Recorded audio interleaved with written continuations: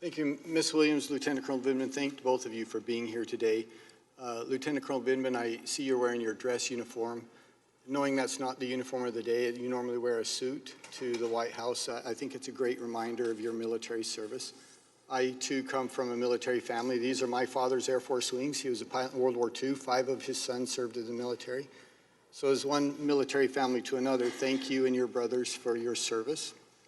Your example here. Very quickly, I'm curious, when Ranking Member Nunez referred to you as Mr. Vindman, you quickly corrected him and wanted to be called Lieutenant Colonel Vindman. Do you always insist on civilians calling you by your rank? Mr. Stewart, Representative Stewart, I'm in uniform wearing my military rank. I just thought it was appropriate to stick with that. Well, I'm sorry, Mr. Stewart. I apologize. You meant no disrespect. Because I don't believe he did, but the attacks that I've had in the press, in Twitter, have kind of eliminated the fact that either marginalized me as a military officer, or listen. I'm just telling you that the ranking member meant no disrespect to you. I believe that. I'd like to go back to your previous testimony earlier today.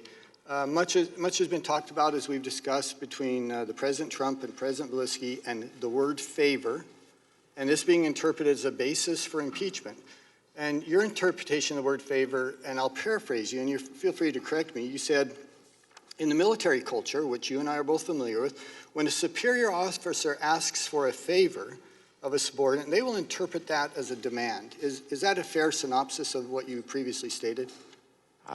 Representative, when a superior makes a request, that's an order. Okay. In short, then, you think your interpretation of a favor as a demand is based on your military experience and the military culture? I think that is correct. I think that is correct. Is President Trump a member of the military?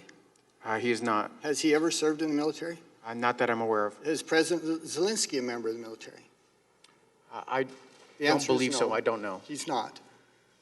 Would it be fair, then, to take a person who has never served in the military and to take your reevaluation of their words based on your military experience and your military culture, and to attach that culture and that meaning of those words to someone who has never served? Representative, I made that judgment. I stick by that judgment. Okay, well, I got to tell you, I think it's nonsense. Look, I was in the military. I could distinguish between a favor and an order and a demand, and so could my subordinates. And I think President Zelensky did as well. He never initiated an investigation. In fact, he's been very clear. He said, I never felt any pressure at all.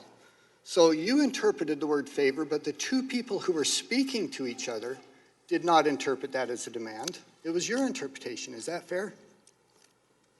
The context of this call, consistent with the July 10th meeting, with the reporting that was going on, including the president's personal attorney, made it clear that this was not simply a request. Well, that's not true at all. It's not clear at all. You say it makes it clear. It's not clear at all. And the two individuals who were talking to each other didn't interpret it that way. I'd like to go on to discuss your reaction to the phone call and, again, your previous testimony. And for brevity and for clarity, I'm going to refer to your previous testimony, page 155. Your attorney is welcome to follow on. Quoting you, Lieutenant Colonel Vindman, I did not know whether this was a crime or anything of that nature. I thought it was wrong. And I'd like to key on the word wrong here, because we're going to come back to that.